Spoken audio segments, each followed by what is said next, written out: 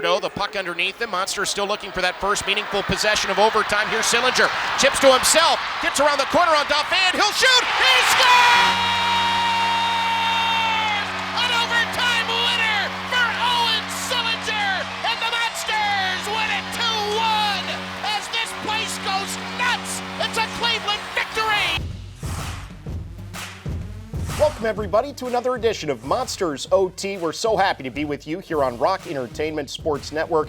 Tony Brown here with you. We'll hear from my co-host, Brad Thiessen, in just a minute, and we've got a big show. But we wanted to highlight Owen Sillinger there, scored a dramatic overtime winner for Cleveland on January the 11th, and it came on the heels of what was a memorable weekend, to be sure. We'll get to that in just a second. Still to come on the show, we'll keep it clean at Whistle Express Car Wash in Parma with Curtis Hall. Then, of course, our Monsters alumni segment is coming up, and Nick Blazer is here to tell us who's hot across the AHL. But let's start with headlines.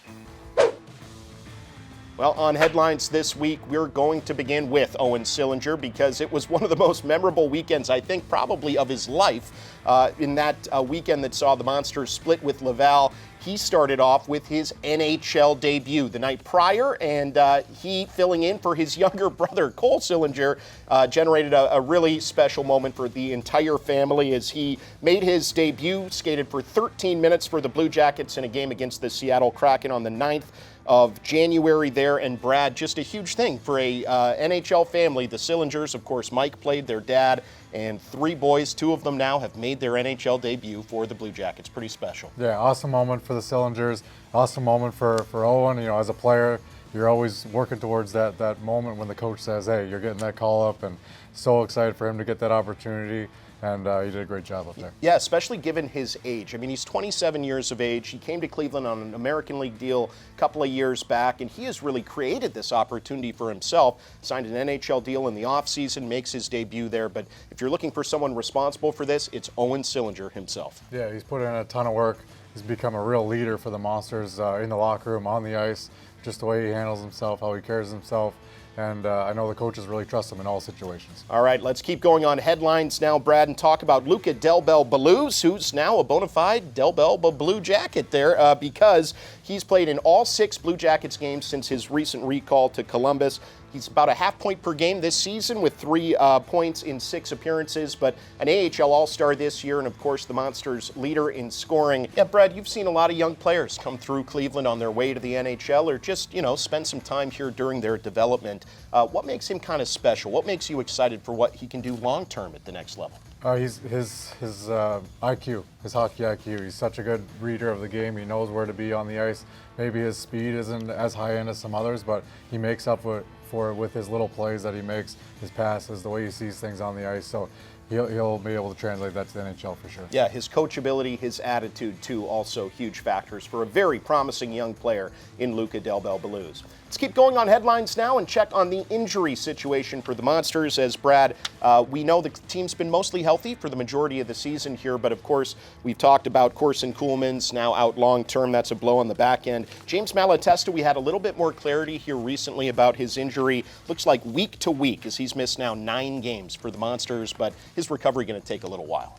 Yeah, he's a big part of the Monsters. When he's playing really well, he's got that high energy motor, getting in on the forecheck, causing chaos. So Monsters look forward to having him back when he heals up. All right, let's keep going on headlines now with a check of the North Division standings here as they are fluctuating and constantly in motion. At the moment, as of the time of this taping, it's Rochester leading the division by a single point over second place Laval. Cleveland 1 point behind the Rocket there in third, and then Toronto, Syracuse sort of rounding out the real contenders in the division as things remain tight. I mean, they've been tight for months now in the season, and it's going to be that way throughout the end of the campaign. Yeah, it really has. I mean, you said some of the a little bit of separation there from that top half to the bottom, but the top half is as strong as it gets in the American Hockey League this year. So some good competition and some fun hockey to be played down the stretch here. And again, just for the fans, remember, regulation wins is that first tiebreaker. So when you're rooting for the Monsters in these division matchups, just know that a win is great, but a win prior to overtime is the ideal situation to put yourself in the best position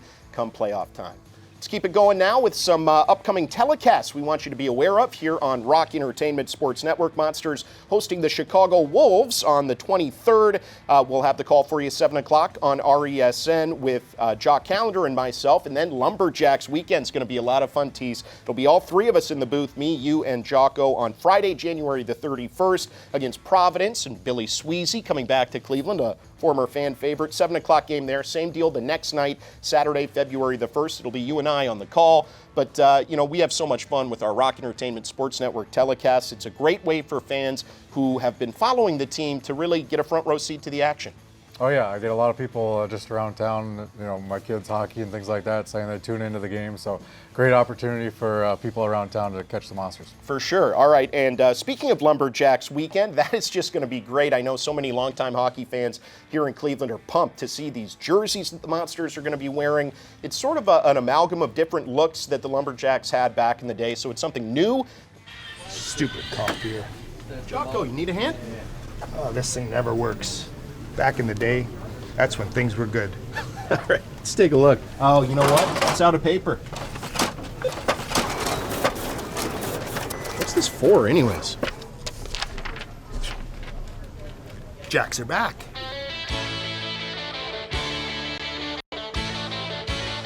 Now, it might help if you dropped your gloves. Sure about that?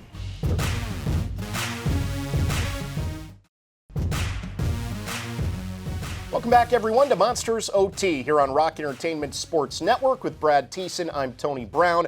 Tease, time now on the show to go in the room and hear from Monsters head coach Trent Vogelhuber with his thoughts prior to some recent games here. Let's start with Trent talking about a really tough game the Monsters played on the 10th of January, a 5-0 loss, their first meeting with the Laval Rocket this year. He was speaking after that game prior to the rematch, and he was not happy with his team's performance the night prior. Same discussion we've had far too many times this year. Again, the first period was solid, pretty even both ways. Had some good chances where we didn't hit the net. Even first 5 minutes of the second period, pretty solid. Some good ozone time, and then some details start slipping, and they get a goal there. And I was just disappointed in the reaction to the goal, and it's something we talk about a lot. We talk about reacting to good and bad things by elevating. And I thought our bench got down and we got divisive when things started going the wrong way. And that's human nature, is to get frustrated when there's a bouncer or so that goes the wrong way. But in reality, you got to come together. You got to pull each other in rather than push and get frustrated. And that's what it felt like for me as a coach on the bench last night. It was a group of guys that got frustrated, and that frustration was channeled towards each other rather than towards the other team and sticking together. And there's just no way you're going to come out of adverse situations in the middle of a game like that when that's your response. Well, I like a lot of things about working with Trent Vogelhuber. One of them is you can tell, Brad, he cares a whole lot, and he takes these games almost personally. That's a great thing for a coach. And he also is blunt, and he'll tell you what's on his mind. He sure did there. Yeah, it's one of those things this year with the Monsters.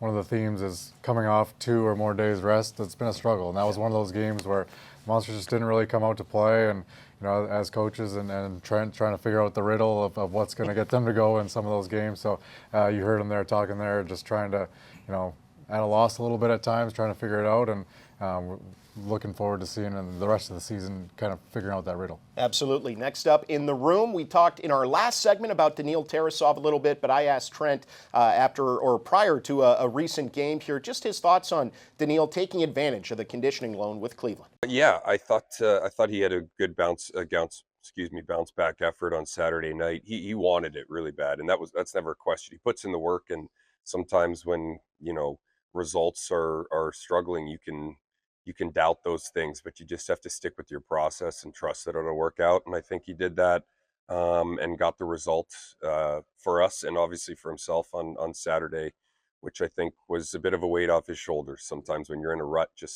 just get one for a goaltender like that, and you can kind of feel some relief. And then he goes and gets one in Columbus. So happy for him. Let's talk, as we already spoke about Tarasov and his loan, Brad, about what he does best when he's at his best, his style, and what makes him special when he's really playing well. Yeah, well, he's a huge goalie that takes up a lot of net. When he's struggling, there's a lot of holes, and when he's not, when he's on his game, he keeps it simple. He's really athletic. He reads the game well and makes himself big in that net, and that's what we saw on that game on Saturday night, and what he's carried over now to the Blue Jackets. All right, our final cut in the room is Trent Vogelhuber talking prior to a Monsters game on the road in Grand Rapids on January the 18th about Jet Greaves. Yet again, a vintage performance from him with 40 saves the night prior in that same shootout victory. Here's Trent talking about how important Jet is to this team's achievements. Yeah, we don't win without him. The down 2-0 at the end of the first, we feel like we still got a chance to win because of him, and it could have been worse, and ultimately gives us a chance to claw our way back in. So he's no real surprise for me anymore. Jet's Jet, and big reason for success.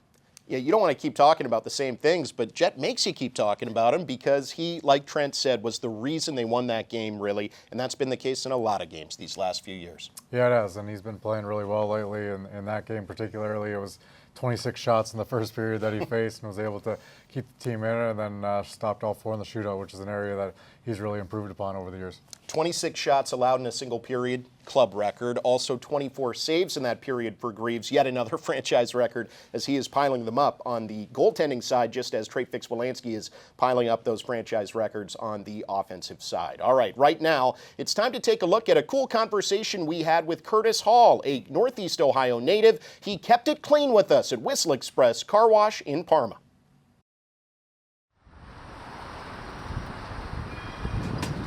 All right, guys, we are keeping it clean once again here at Whistle Express Car Wash in Parma, and you can see our guest today, Cleveland's own Curtis Hall. Curtis, thanks for taking a few minutes. Thank you for having me. Let's talk cars. What are you driving these days? I am driving a 2021 Volkswagen Atlas Cross Sport. Nice. Okay. What about when you just started out? Like, what was your first car way back when? The first car was a 2013 Ford Fusion. Okay. Nice. Silver with some black rims. I got the windows tinted. Let's talk about Cleveland, man, because this is really cool for you. I know you started in the Boston organization, you've been in the Detroit organization, but now a chance to play in your hometown. I mean, that's a chance not many people get. No, not at all. And I'm so fortunate and blessed and happy to be here and be able to be around my family and friends who, I've been away from for so many years. I grew up going to the Monsters games all the time. So it's like pretty full circle, and playing out of Rocket Mortgage is just amazing. Let me ask you about your time in college, right? Because you overlapped with a couple of guys the Monster fans know well, in Bill Sweezy, who's now with the Bruins, but also with Justin Pearson. So what were those guys like way back in the day? They were great. I mean, me and Justin were in the same class, so we went in as a freshmen together, and we had a good 2.5 years together there, which were just some of the best times of my life. And Sweezy was a big leader on our team, and such a good guy and great character, and he was really smart. So I think he was like biomedical engineering or something. Yeah. And he led the way for a lot of the younger guys. It's got to be nice to come into a new room and at least have one face that you know so well. Definitely, and Pearson was one of my best friends when I was at Yale, so pretty cool to come back and play together. Well, it's great to have you here in Cleveland, Curtis. Thanks for this, and that was Keeping It Clean here at Whistle Express Car Wash in Parma. That's Curtis Hall. We got to get him to practice. So until next time, I'm Tony Brown.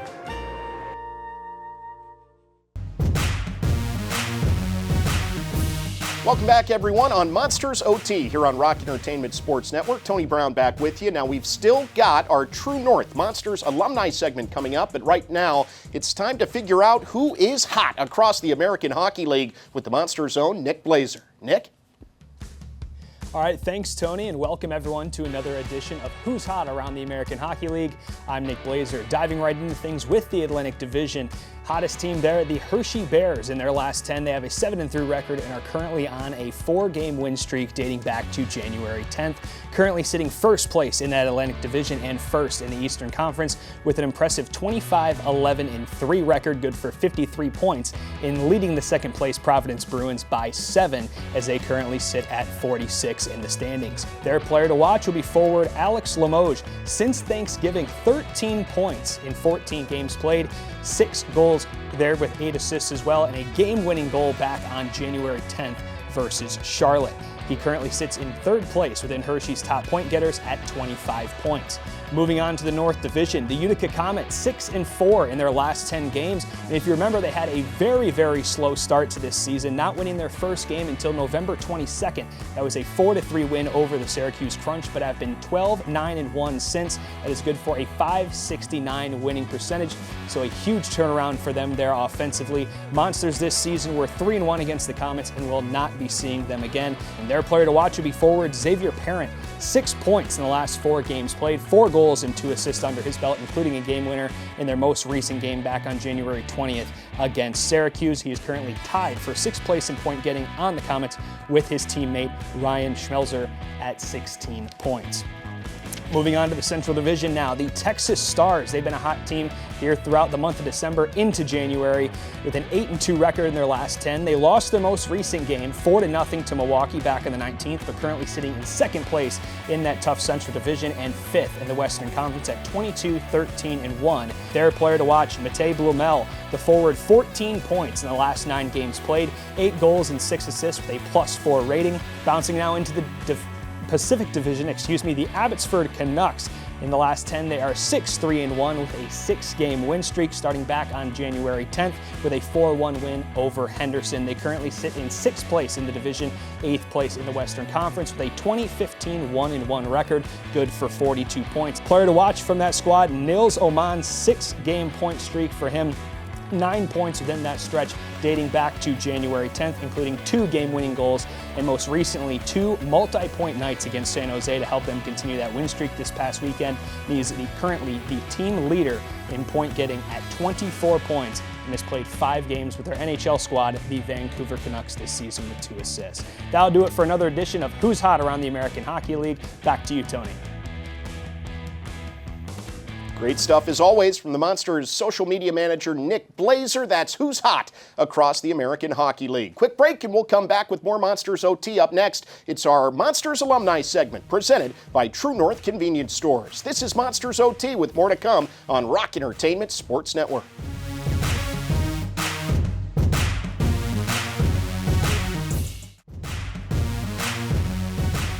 Welcome back one last time on this latest edition of Monsters OT here on the Rock Entertainment Sports Network. Brad Thiessen's back alongside me. I'm Tony Brown, and it's time for our Monsters alumni segment presented by True North Convenience Stores, fast, friendly, clean. And Thies, this time we're talking about the Monsters' most recent captain, prior to Stefan Matteau, of course, and that's Brendan Gaunce, a guy who's got a really good career going here over the course of about a decade between the NHL and the American League, a former first-round pick of Vancouver, and right now in the Minnesota organization. He was a key leader for this team and a highly productive player, too. Yeah, he's a true pro, someone who does things the right way, day in, day out, someone who can show the younger players, how to be a pro.